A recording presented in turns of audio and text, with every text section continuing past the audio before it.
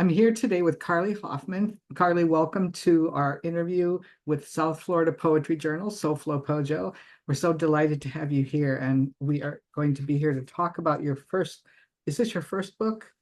This is my second book. Second book, yes. I know because I looked at the other one. This one is called When There Was Light, and it's got this beautiful cover that you talked about in one of the interviews you did, that it's such a wonderful piece of art. So welcome tonight. And I'd like to start off by asking if you would read the first poem in your book for our audience. Sure. Judy, thank you so much for having me. This is exciting.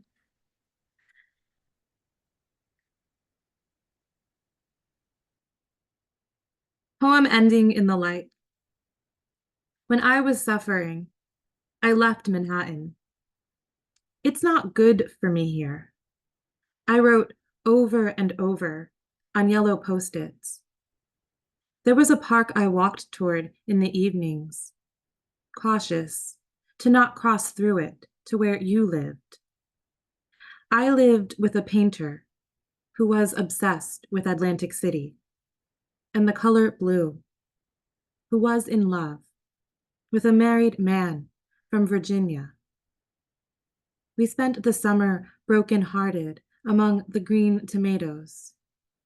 A selfish girl, a selfish girl, a selfish girl, I wrote, thinking of home, my mother at the window with her life gone cold. The night I left, I watched the bull speared above earth, whole as grief, like a moon. And like the moon, I was drawing myself inside an unconditional orb of light.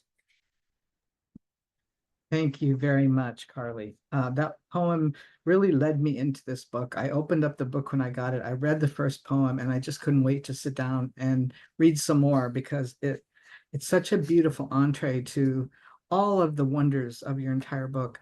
One of your reviewers, Stephanie Hammer, said that reading her poems is a little like learning a foreign language.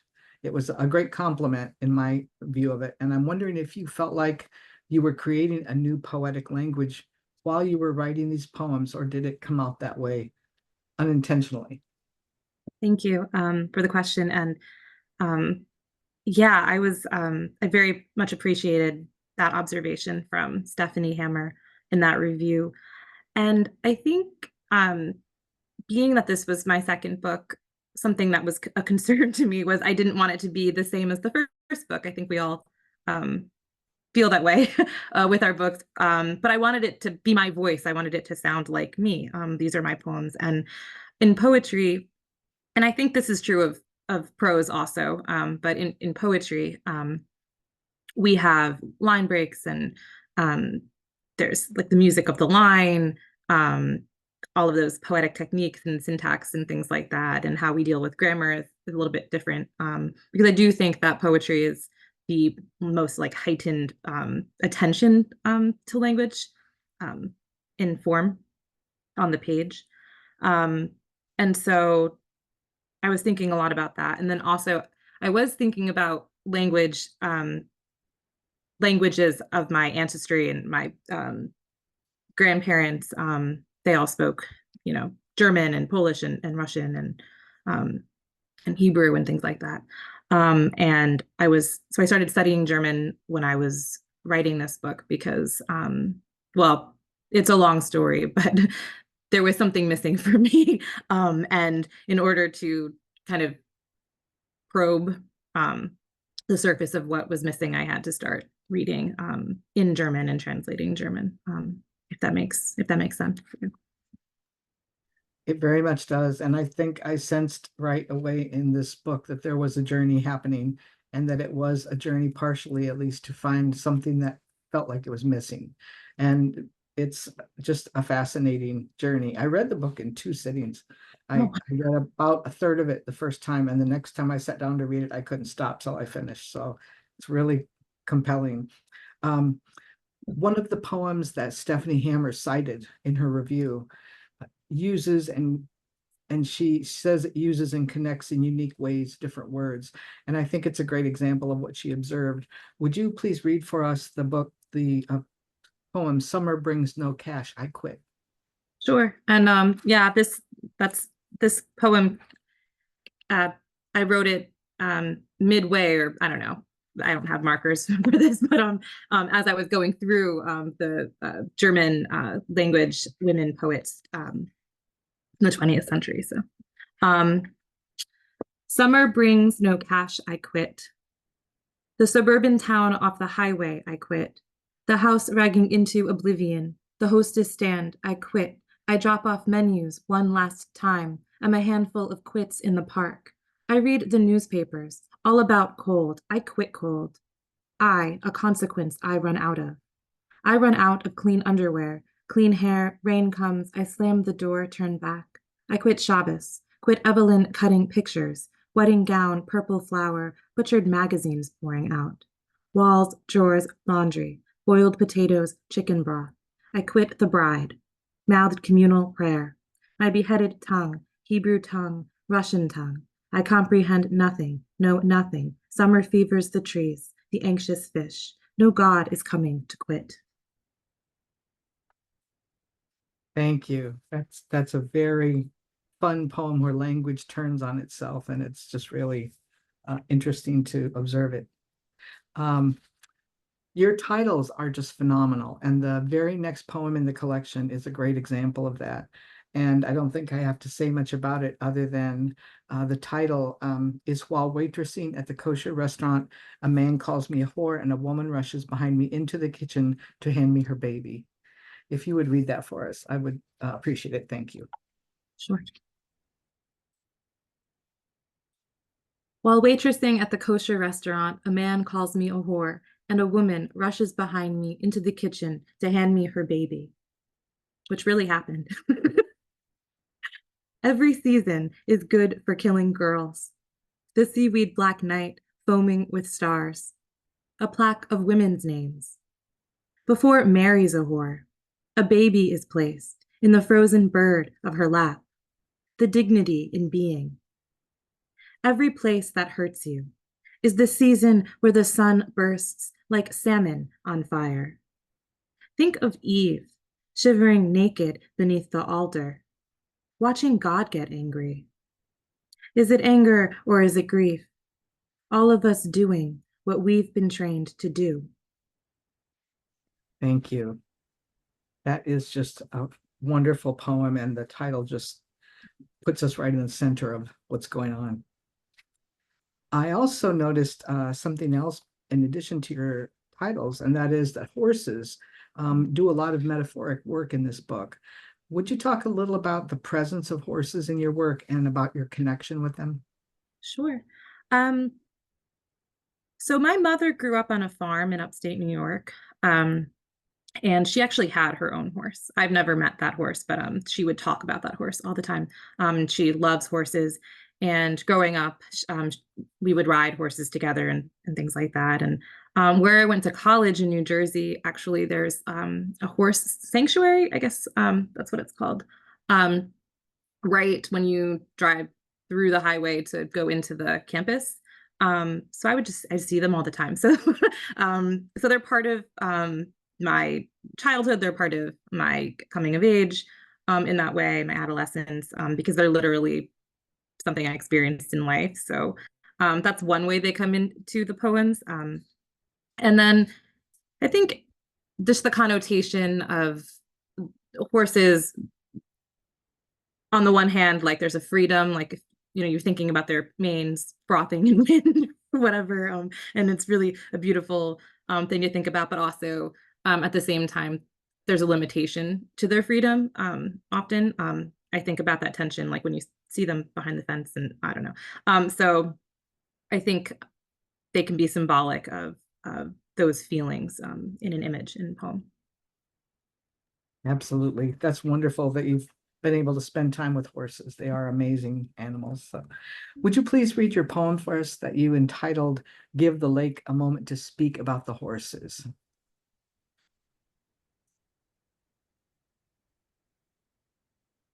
Give the lake a moment to speak about the horses. I have a heart. It is full of horses. My mother's heart, the horses. In the lake's center, Rain breathes down. Someone lies bedridden. Someone's brother goes estranged. For years, hooves steep in mud, a mare's bent knee. Closure is the rain dripping over, blood-lined leaves above our dream lake. No, the water was never blue. No, don't catch this heart. Sadness, too, it carries. Which horse do you carry? That's what you need to know.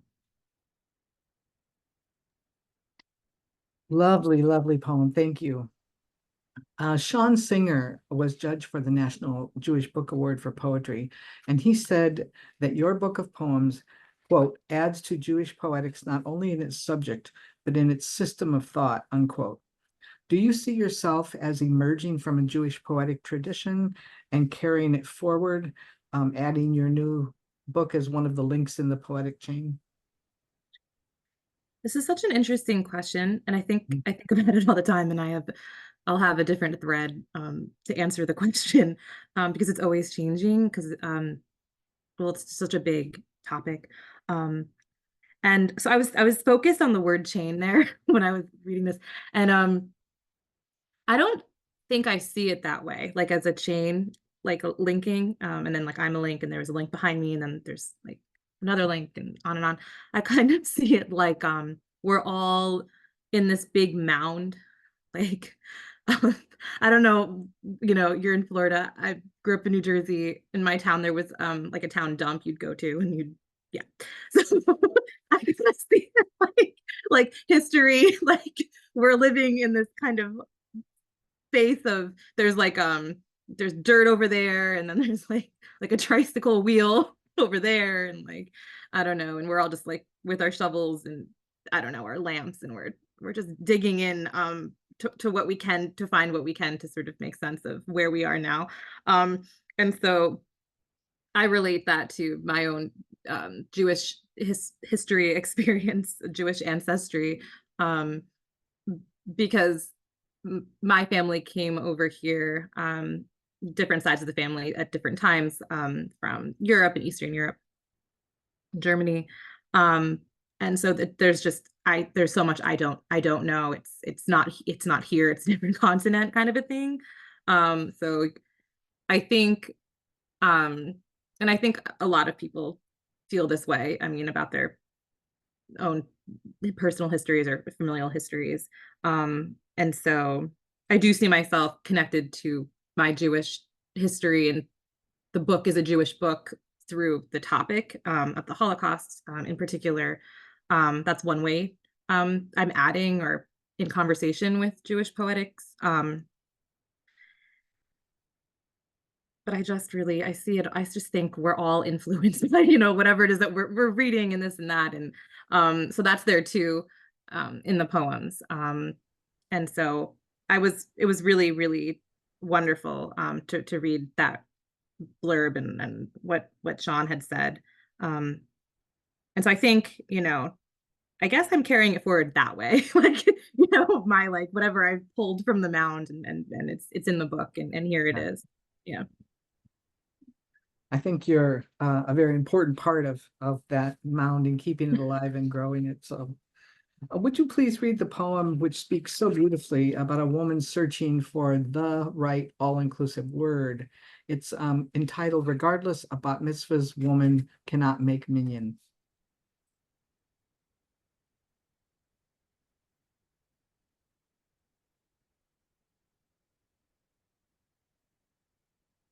Regardless, a bat mitzvahed woman cannot make minyan. What these girls did, I could not. Black tights in June, knowing which spoon for goat's milk, which for slow-cooked stew. Pray from right to left. Grace, the way they prayed in long sleeves in sunlight. Hair like wet grass. Clean palms warm and pale as bread. I know now what I meant to ask. Can I touch your hand? Though what I did was bite. There must be a word for the lack of words, for the things we have felt all our lives, but couldn't name. A name for the hymn that moves our blood, old and dire, like the rain that once shined each green blade of that town, not each girl, but the grass that blooms and blooms and blooms. Thank you. That's definitely one of my favorites in the book, but it's not the only one. Thank you. You did an interview with Tiffany Troy for Tupelo Press, and during that interview, you spoke about how going deeper into language has caused you to delve more deeply into music. And that's so interesting. I don't believe I've ever heard a poet mention the sound frequencies in their poems, other than maybe C.A. Conrad, or how that affected the construction of their manuscript. Can you talk about how you use these sound frequencies as a key factor in ordering the poems in your manuscript? Sure. Yeah, this goes back to the translation stuff that I was talking about earlier. So like in particular, I was looking for Jewish women poets who wrote in German, but they're from Eastern Europe. The ones that um, felt closest to my own, like from personal stories of my family that have been passed down to me. Um, and so I was going through everywhere. I mean, I was at the Goethe Institute. I was all over the place trying to find these women, and they're there, but they're there's a gap for sure. But there was this woman, so she's a poet, I should say. I'm looking at Sarah Kirsch. So she's not Jewish, but she was like one of the women that I found, and she's translated into English. She has like a collected from Carcanet, and so I'm like reading her poems, and she's got this kind of, she's like wacky and interesting and surreal, tonally different than I was writing before I read her. And then there's Elsa Lasker Schuler, and anyway, and I translate Rose Auslander and Selma Mirbaum Eisinger. And so I'm doing all of that. And so the way the music is going to change, because I'm engaging first of all with another language that English is a Germanic language, but it's still different the way that it's pronounced than how we say things and pronounce things and hear things. And so that was going on, and then the new poems were happening, and I felt the women more present in the book because it felt like the stories of the men in my family were taking a dominance, which is fine, but I didn't want the women to be in the background. I wanted their stories palpable.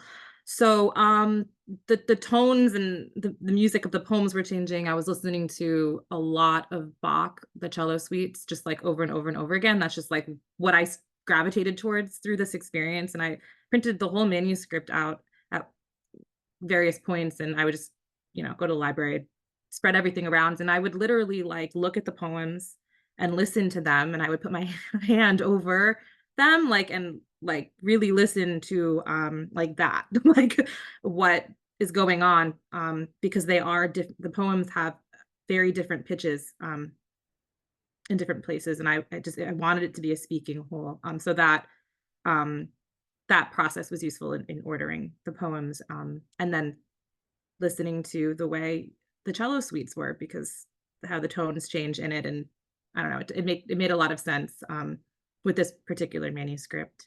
um it's sort of like, when how you can see sound frequencies, like how it's like this or whatever, and then it could be like flat line, like I was like doing that with my hands and like thinking about it in my head when I was ordering the manuscript and revising. Wonderful, wonderful. That's fascinating.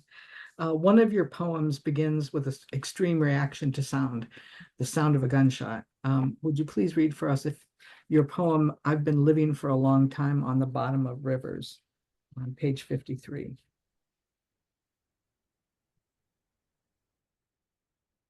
Yeah, and this one was inspired by Sarah Kirsch. um I've been living for a long time on the bottom of rivers. They kill the sitting red fox at the shooting range. It is nothing, a red plastic sticker, though still, when I position my rifle, I puke all over my purple child's coat, red earmuffs, the sound, something buried, something learning to hear underwater. The sound is teeth shaking, collarbone bruising in the night. I memorize the spot like a headache. That night I'm still a girl, barefoot on grass, the neighbors waving a cane in my father's face. Hikes, they yell. the night streaks frozen. He runs hungrily to offer his coat. Thank you so much for reading that. Sound is important in your poems, as you've so wonderfully said, but so is silence. Silence that's not just individual, but also familial and ancestral. I enjoyed your description of how your family's silence is the foundation of the future in your poem, Animal Dressed in the Skin of Your Silence. Would you please read that poem for us? Sure. It's on page 60. Thank you. Animal dressed in the skin of your silence. I am permitted to know only the garden, the pond, a mesh of fish silvering downstream.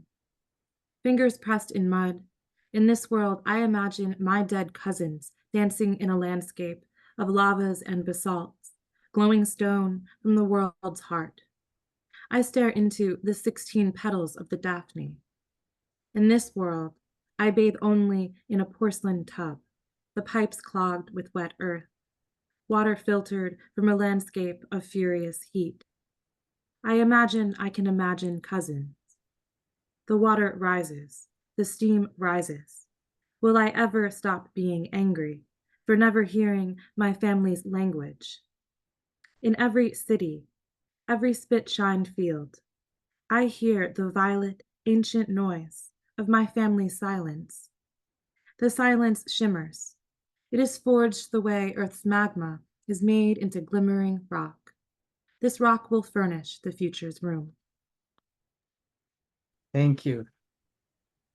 Those lines in every city, every spit shine field, those are just so beautiful. I highlighted them immediately. Is there a poem in the collection that you never get asked to read that you'd like to share? Or if not, I would like to ask you to read the final poem in the book, which I think the first poem you put in your book was a great poem to start off with. And I think this last one really does draw it all together and it really ends it well. So it's been great talking with you. And I just would love it if you would end our reading with giving the names of things their solitude. Sure. Thank you so much for this experience. And yes, I find this poem hopeful. So I'd like to end on a path forward feeling. Giving the names of things their solitude. I don't remember when I began hearing a tune in the rain and architecture, but nights are so tranquil now, like floating in seawater. The teal broth making room for me, a minor planet. I float through my weeks listening to birds lifting from the sable lottery of city trash bags, glad to be far away from your voice, undisturbed by speech. I have always cared too much for the idea that two animals who have minds, an aptitude for thought, are meant to understand and take care of each other. Even in failure, it's something I demanded, a virtuoso demanding eloquence from a smashed flute. Through the twilight, spring's pink blossoms give themselves away. I'm not sorry if we never speak again. The exaggerated squirrels, their kissing bones, and tearing through soil, the raw sounds of the new world. Just beautiful. Thank you so much. I really appreciate the time you've spent with us, and this will be a wonderful resource to add to our archive of poet interviews with Carlie Hoffman, When There Was Light. Thank you. Thank you.